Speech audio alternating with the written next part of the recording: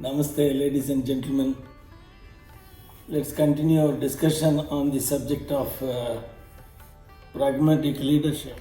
I just want to take this concept of personality, how it is really playing a key role in the context of leadership development.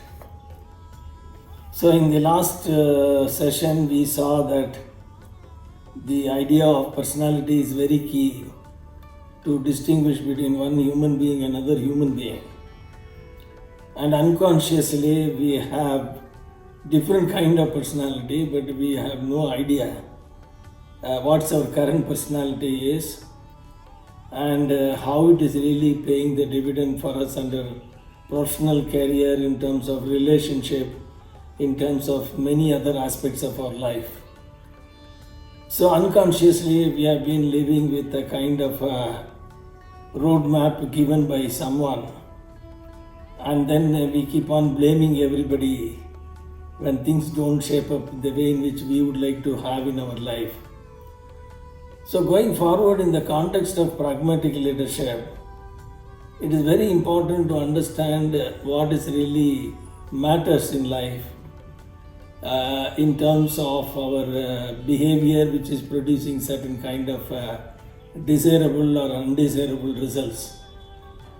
So in order to bring a little more clarity on the terminology which we started using it liberally is the personality. So let's understand what is personality is all about. So in my chapter 3 on page number 32, I have attempted to define the personality in the context of pragmatic leadership. So,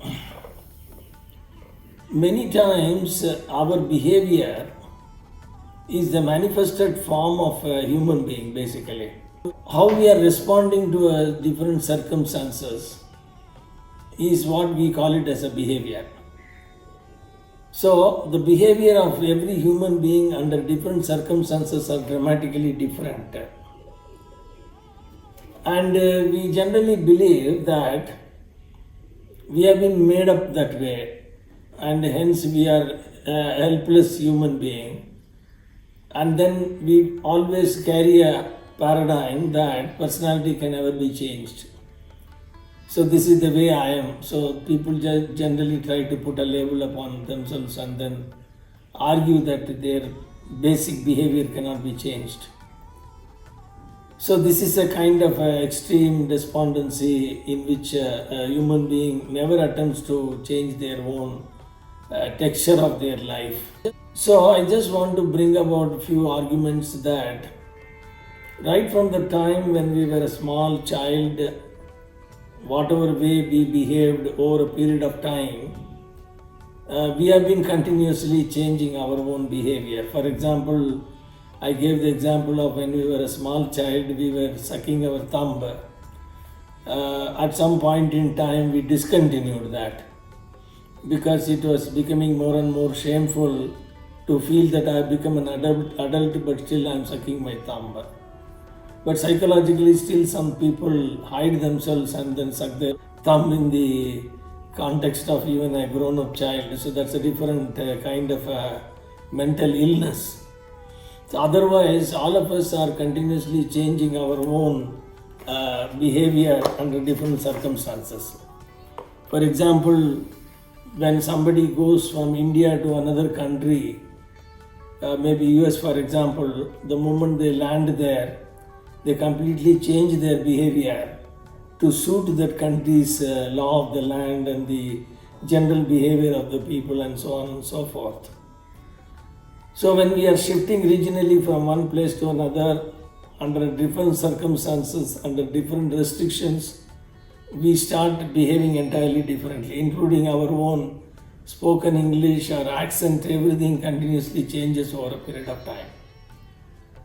So that means we cannot say the personality cannot be altered. It can be altered either consciously or it can be altered unconsciously.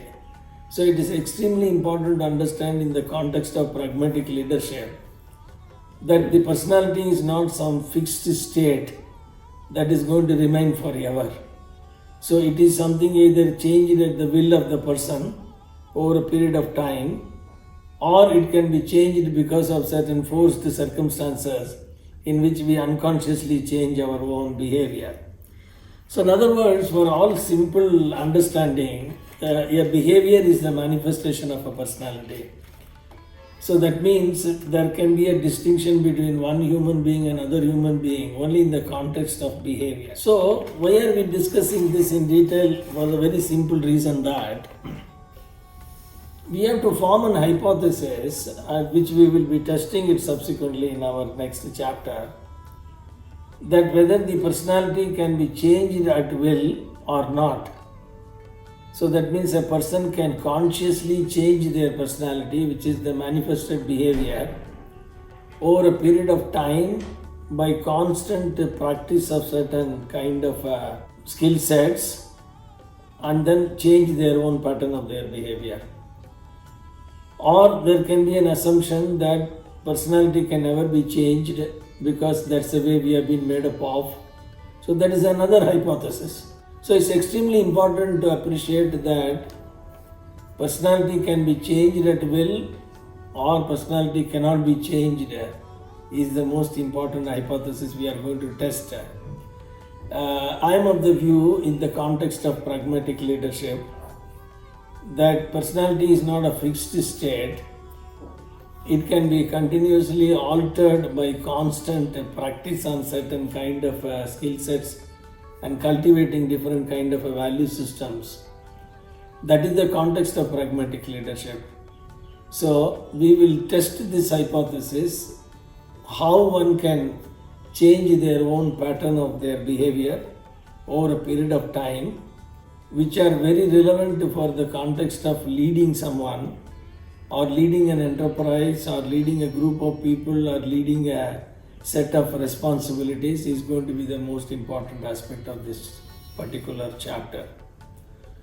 So going forward, we will take up more and more detailed discussion on this matter, and I will try and convince you that what are the aspects of the personality is all about, and how we can consciously practice certain way in which we can develop our own personality, which is very relevant for becoming a leader of our own rights.